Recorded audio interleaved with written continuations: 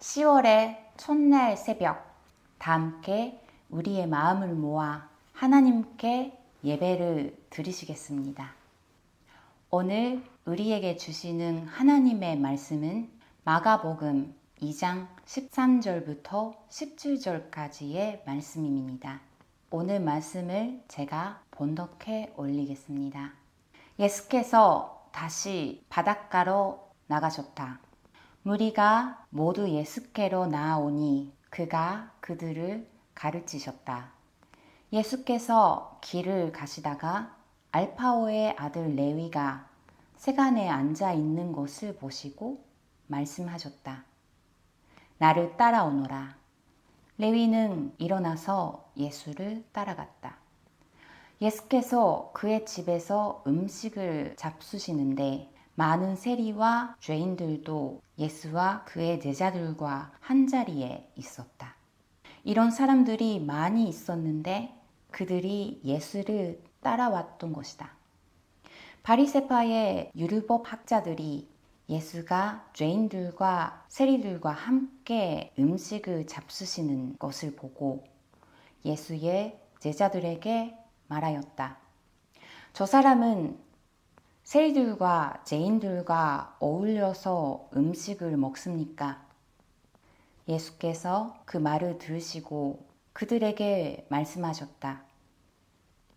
건강한 사람에게는 의사가 필요하지 않으나 병든 사람에게는 필요하다. 나는 의인을 부르러 온 것이 아니라 죄인을 부르러 왔다. 안녕하세요. 10월 첫째 날 새벽 기도 시간입니다. 10월의 월삭 기도의 주제는 연합과 연대입니다.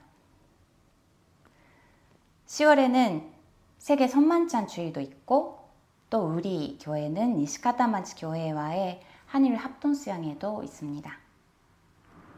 전 세계적인 연합과 연대를 위해 생각하고 행동하는 한 달이 되었으면 합니다. 우리 서울제일교회 청년들이 저를 보고 이런 말을 하기도 합니다. 일본어 잘하는 한국 사람. 또 다른 친구들도 제가 외국인이라는 사실을 까먹는다는 말을 하기도 합니다. 지금이야 제가 이렇게 한국어로 설교까지 할 수 있게 되었습니다만 제가 아직 한국어를 거의 못했을 때부터 제일교회 여러분들이 많이 도와주시고 챙겨주시고 사랑해 주셨습니다. 외국인이라서 특별히 잘해 주셨다기보다는 처음부터 제일교회의 한 사람으로서 저를 안아주셨다고 생각합니다. 오늘은 그런 여러분들께 몇 년 전에 있었던 제 경험에 대해 말씀드리고자 합니다. 그 서재 빌딩 옆쪽에는 사과나무라는 작은 카페와 맞은편에 편의점이 있잖아요. 그 사이 골목에 들어가면 그 안쪽에 벤치가 몇 개 있는 그 조그마한 공간이 있습니다. 2017년 8월 저녁이었는데요. 그날도 너무나도 더웠습니다. 저는 어디 다녀왔는데 더운 집에 바로 들어가기 싫어서 편의점에서 음료수를 하나 사고 그 벤치에 앉아서 좀 쉬었다가 집에 돌아가자 그런 식으로 생각을 했습니다. 다들 잘 아시겠지만 서울제일교회 주변에는 러시아나 우즈베키스탄 등 중앙아시아에서 온 이주 노동자들이 많이 살고 있습니다. 그날엔 저와 비슷한 생각을 하셨는지 그쪽에서 온 남자분 세 명이 그 공간에 앉아서 수박을 먹고 있었습니다. 저도 조금 떨어져서 거기에 앉았는데 나도 모르게 너무 맛있겠다. 그런 표정으로 쳐다보고 있었는지 저에게도 수박 한 조각을 주셨습니다. 같이 먹다 보니까 한두 마디씩 이야기하게 되었는데요. 서로 통하는 말이 한국어라 한국어로 이야기를 나누었습니다. 세 명 중 한 분은 러시아 하바롭스크에서 왔고 나머지 두 분은 우즈베키스탄에서 왔다고 하셨습니다. 그래서 저도 나는 한국 사람이 아니라 일본 사람이다. 이렇게 말했는데 그 순간부터 일은 어떠냐? 사장님은 괜찮은 사람이냐? 월급은 제대로 받고 있냐? 이렇게 저를 걱정하기 시작하시더라고요. 여러분에게는 조금 불편한 이야기일지도 모르겠습니다만 그분들은 이주 노동자로서 착취를 당하며 일을 하고 있던 것 같습니다. 그분들에게는 제가 같은 외국인으로 보였기 때문에 그렇게 걱정까지 해주신 것 같습니다. 그런 모습을 보고 저는 복잡한 마음이 들었습니다. 저도 분명 외국인이지만 저는 일본인이고 선교사라는 신분을 가지고 있기 때문에 일단 비자 걱정은 안 해도 됩니다. 여름에는 시원하고 겨울엔 따뜻하게 지낼 수 있는 집도 있고 아르바이트를 여러 개 하고 있긴 하지만 충분히 살 수 있는 월급을 받고 있습니다. 문제가 생기면 저를 도와주시는 한국 분들도 주변에 많이 있습니다. 그래서 같은 외국인이면서도 너무나 삶의 환경이 다르다는 사실에 미안하기도 하고 그날 처음 잠깐 만난 제 걱정까지 해주신 그 마음에 큰 감동을 받았습니다. 그런데 이런 러시아나 우즈베키스탄에서 온 사람들이 좀 몸도 크고 말도 잘 안 통해서 좀 무섭다. 그런 인상을 가진 사람도 있는 것 같습니다. 하지만 생각해 보시면 자기 나라를 떠나 문화도 말도 다른 외국에서 산다는 것이 얼마나 불안하고 용기가 필요한 일일까요? 거기서 착취를 당하면서도 자기 나라에 있는 사랑하는 사람들을 위해 일을 하고 있는 거죠. 그 사람들은 무서운 사람들일까요? 물론 그 순간적으로 무섭다고 느끼는 것 자체는 어느 정도 어쩔 수 없는 일이라고 또 생각합니다. 감정은 통제하기 어려운 부분이 있기도 하죠.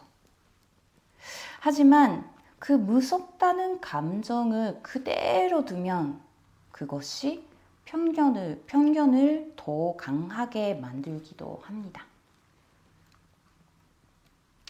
안티 데퍼메이션 리그, 한국어로 하면 중상 명예훼손 반대 동맹이라는 단체가 있습니다. 여기서 만든 효모의 피라미드라는 표가 있는데요. 한국에서 잘 알려진 말이 칼이 될 때라는 책에도 인용되는 개념입니다. 이것을 보면 편견과 차별 그리고 집단 학살은 같은 범주 안에 있음을 확인할 수 있습니다.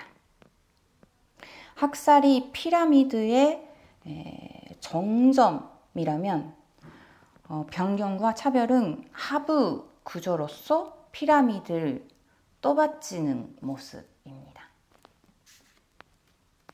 이 한국어판 표에서 빠진 내용이 있습니다. 제일 아래쪽 변경에 속한 태도 중에 fear of difference, 즉 차이를 무서워함이라는 것도 있습니다. 그런 차이를 무서워하는 감정을 반지하면 그것이 차별이나 폭력으로 이어질 수도 있다는 거죠. 그렇기 때문에 왜 무섭다고 느끼는지 스스로 감정을 헤아려 보았을 때 만약 그것이 편견 때문이었다면 우리는 그것을 잘 다스려야 합니다. 좀 전의 이야기를 예로 들자면 외국인들이 덩치가 커서 무서운 걸까요? 왜 그럴까요? 덩치가 크면 폭력적인가요?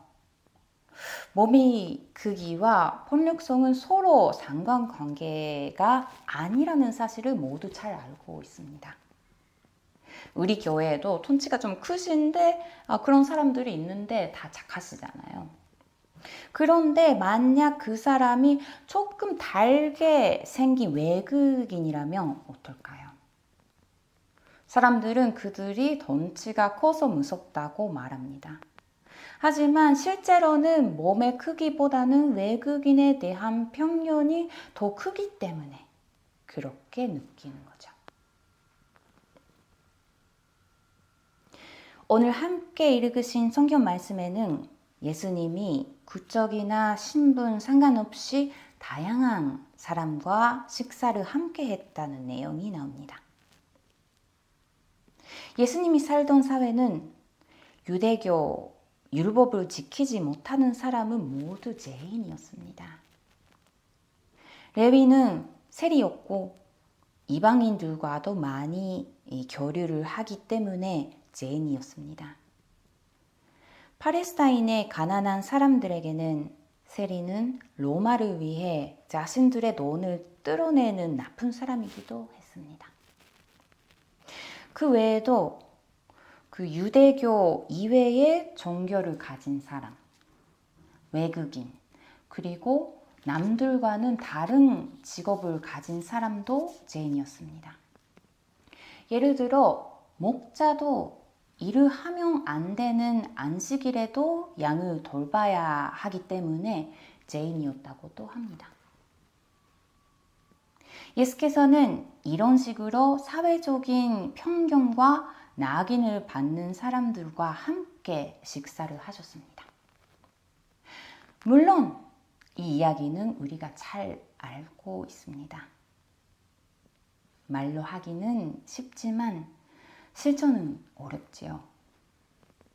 그런데 그 몇 년 전 여름밤에 만난 사람들은 저에게 그런 예수님 같은 모습을 보여주었습니다.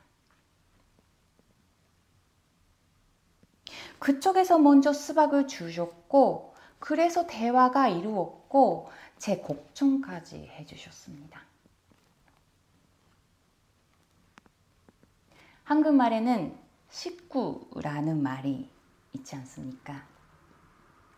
일반적인 의미로는 가족을 뜻하지만 어원을 생각하면 함께 밥 먹는 입, 즉 함께 밥을 먹는 공동체를 뜻합니다. 하나의 음식을 나누어 먹는 것은 편견을 넘어 따뜻하게 교류하는 곳이라고 생각합니다.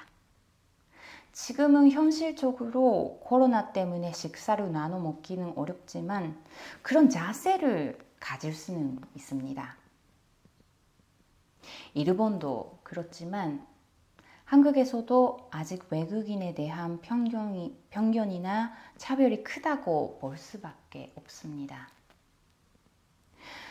이런 상황 속에서 서울제일교회가 예수님처럼 이리 와서 같이 먹어요 라고 할 수 있는 공동체, 편견을 넘어 따뜻한 교류를 하는 공동체가 되었으면 좋겠습니다.